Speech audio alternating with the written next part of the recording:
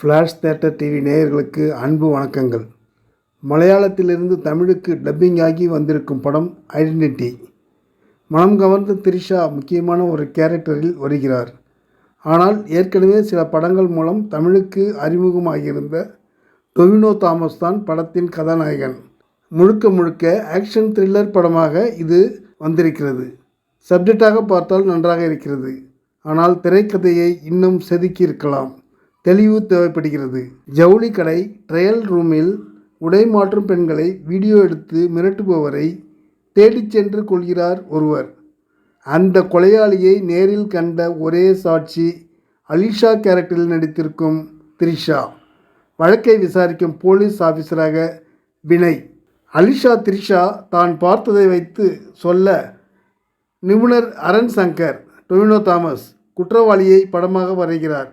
ஆனால் விசித்திரமாக ஆலிஷா சொன்ன அடையாளங்களை வைத்து படம் வரைகையில் ரிசல்ட்டாக டொவினோ தாமஸ் படமே வருகிறது. உண்மையில் இந்த கொலையை செய்தது யார்?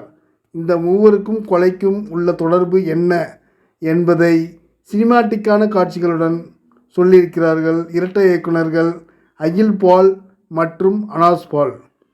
குறை சொல்ல முடியாத ஆக்ஷன் கலந்த நடிப்பில் டொவினோ தாமஸ் அசத்துகிறார். பரிதவிப்பு, திகைப்பு, எதிர்பார்ப்பு என்று மனங்கவரும் நடிப்பில் த்ரிஷா. வினய்க்கு சரியான கேரக்டர். கிளைமேக்ஸை நோக்கி போகையில் திரைக்கதையை வேறு வேறு பாதைகளில் விரிவாக்கி கொண்டே போயிருக்கிறார்கள். எல்லாவற்றுக்கும் டொவினோ தாமஸின் கேரக்டரை ஏற்றுக்கொள்ளும்படி இருக்கிறது.